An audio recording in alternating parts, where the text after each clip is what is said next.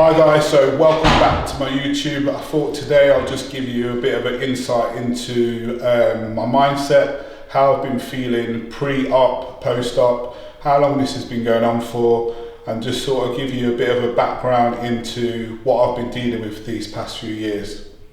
So I just thought I'll sort of go back sort of behind the scenes of what sort of's been happening with my shoulder and how it's affected me over the last couple of years. I have made some notes while on my phone, so if at any point I'm sort of looking at my phone, that is why, just to sort of recap the main points what I wanted to cover. I think I'll take it back to 2022 when I was being coached by Cal and also training with Cal. I think that was the point where posing wise it became the most difficult for me. Getting into the front double bicep poses, getting into the front lat spread, rear lat spread, rear double biceps were the most challenging poses for me. I started to speak with different physios, get some direction on where I should go in terms of rehab work to try and get that range of movement back. It did help to an extent because I was able to get into the poses, but it still wasn't quite what I wanted it to be. As I started to go through my prep for 2022, heading into my first show, the Arnold UK, I was actually getting lighter, and as I was getting lighter, I was able to access a little bit more range of movement and getting into my poses. It still wasn't 100%, but because I set out to compete in 2022, I wasn't going to let that sort of affect me getting on stage and at least giving it a good shot and a good chance of actually hopefully getting to Olympia. I did work with Katie Farndon and I was having a regular massage work, so maybe like twice a week, sometimes 3 times a week. One session might be a little bit more intense and the other sessions just lighter work, just to try and keep that mobility within my shoulder. We also worked on adjusting my poses, so doing my front double biceps, switching which leg will go in front of my body to try and compensate for where there was a bit of imbalance within my physique, which did help to an extent. I think the biggest thing what I found difficult in 2022 when I did compete, so my first show was the Arnold UK, getting into my poses on stage was the biggest challenge. So between posing around, so normally as a bodybuilder you go out and you do your free posing, which is like about 30 seconds, then you come off stage, everyone else does that, and then you get ready for the main call outs.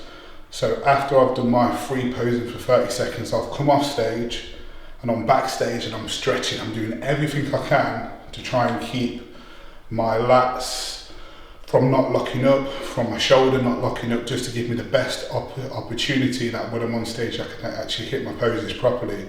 I remember after the Arnolds, there was some posts what was put up and pictures from the people who was doing like the posing routine, recording for that day, and when they went online and I was tagged in it, I never reshared it.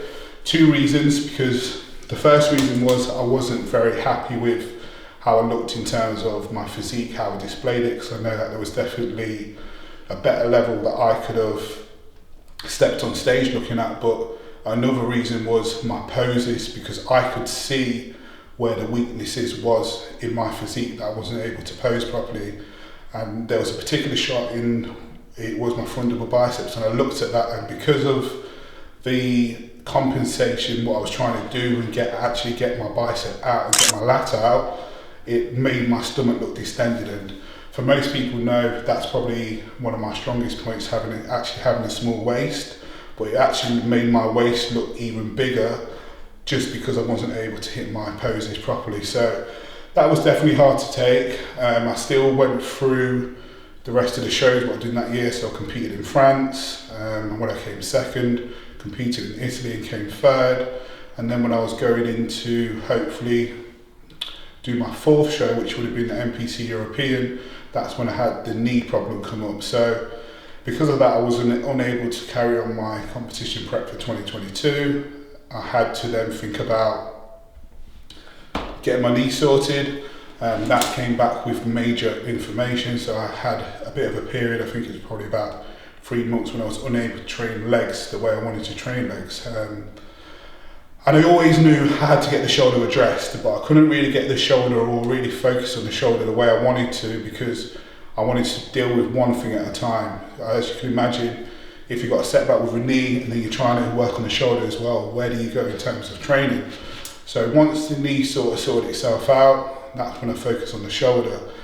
And I've seen different physios, had different scans done, and some of the consultants and some of the surgeons who I've seen from the consults I was having, some of the feedback what I was getting, it was definitely not what I wanted to hear. And because of that, I kept on searching for the surgeon who I thought would give me the best opportunity to get me back on stage, and that's where Ali Naradi came in. He seen me, assessed me, was able to pinpoint and identify with the problems what I was having in terms of posing, the day-to-day pain, and I was comfortable with him to then go ahead and say, this is the person who's going to do my surgery.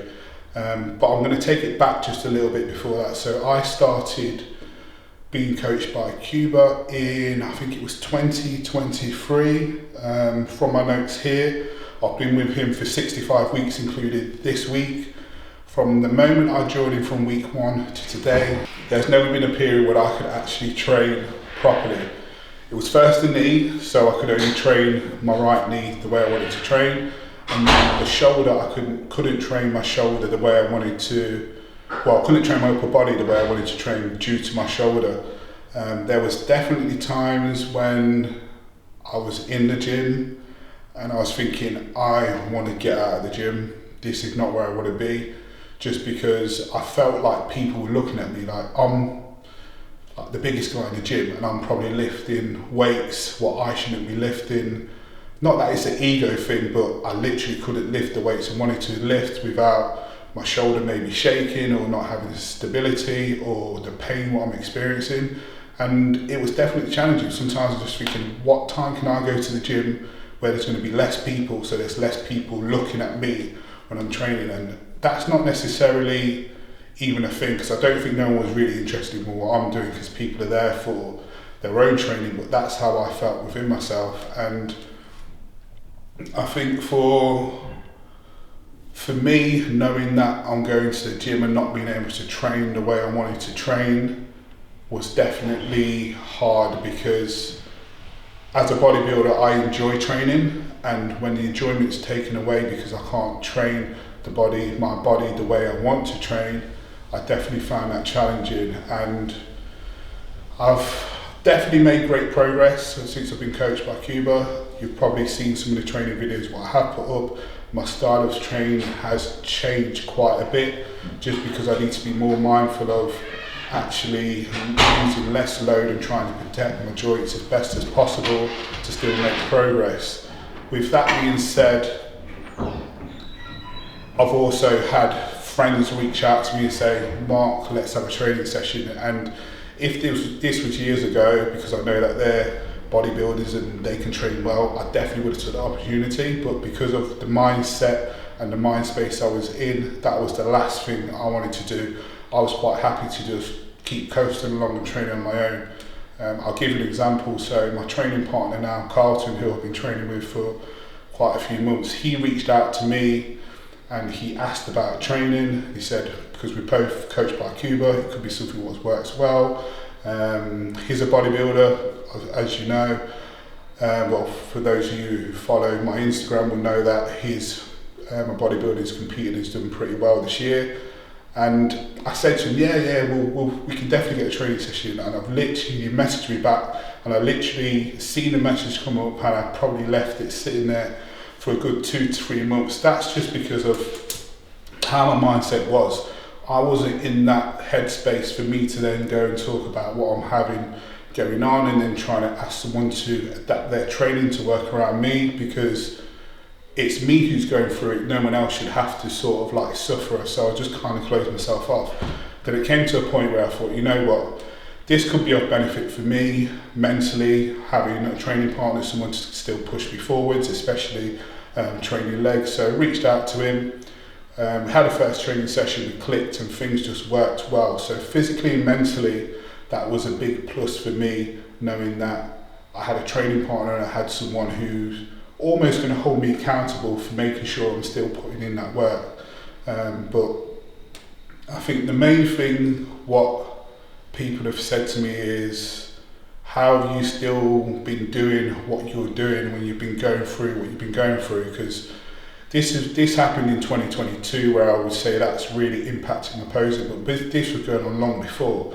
Like, I've not done overhead shoulder presses for the longest time. Even movements with certain chest press exercises, I've had to adapt and work around things. And I think the biggest thing what I've sort of kept in my mind is, if I can go to a pro stage like I did in 2022 and place in the first call outs in the 3 shows I've done, I placed 5th in my first show at Arnold's UK, I placed 2nd in the France show where I pushed the winner very, very close. That was a 1-point decision, which he took first and I took second, which was rightly so. And then I went to Italy and I placed 3rd. And the thing what's always been in my mind is, even when I was going through prep in 2022, even when I was training my off season during that year, I've never been at what I would call 100%. I've never been able to train the way I wanted to train. I've not been able to pose the way I've wanted to pose. And if I can come that close, knowing that there's still another level to unlock, that's the thing what I've kept in my mind, that once I am back to full speed, once my shoulder is at a level where I can pose, once my shoulder is at a level that I can train, that I can actually push forwards. But you hear people say all the time, you've got to control the variables, what you can control. And for me, the variables what I can control is my nutrition, controlling my cardio, my steps, my sleep, my hydration. Those are the variables what I can control. Don't get me wrong, my sleep has definitely took a hit on the days where subconsciously I'm thinking about what's going on with my shoulder, especially around the time of my operations. I've definitely been awake, thinking about the outcomes. Is it going to lead to the results I want? And for example, after the first operation, I thought, this is it. I'm going to be able to do what's required for me to train. A timeline is mapped out post-operation. I'll be able to move forwards. I'll be able to compete this year, 2024. And that's not happened. So that led me back to operation number 2. And again, now I'm in this similar position and I'm thinking back to what happened the previous operation. Is it going to work this time? But I've kind of just had this mindset of, just because it never happened the first time, it doesn't mean it can't happen this time, that I can get it. And because of that, for me, controlling those variables, what are in my control, is of big importance. If I'm not doing that and my shoulder's fixed and I've missed out on all the other key variables of still being able to grow, progress my training, bring my leg size up, which needed to grow anyway, then I've missed a big part of my progress. So I've had to stay within striking distance, and within striking distance right now is me ticking every single box to the best of my ability, which I believe I have been doing. I can only describe it as I've felt like I've been caged up for the past 2 years. I'm literally raring to go to get back on that stage and compete, but I've just physically not been able to. I've got videos before my operation number 2 and also pictures post before my operation number 2, and for me to raise my hand above my head, I've not been able to do. For me to get into a bicep pose, I've not been able to do.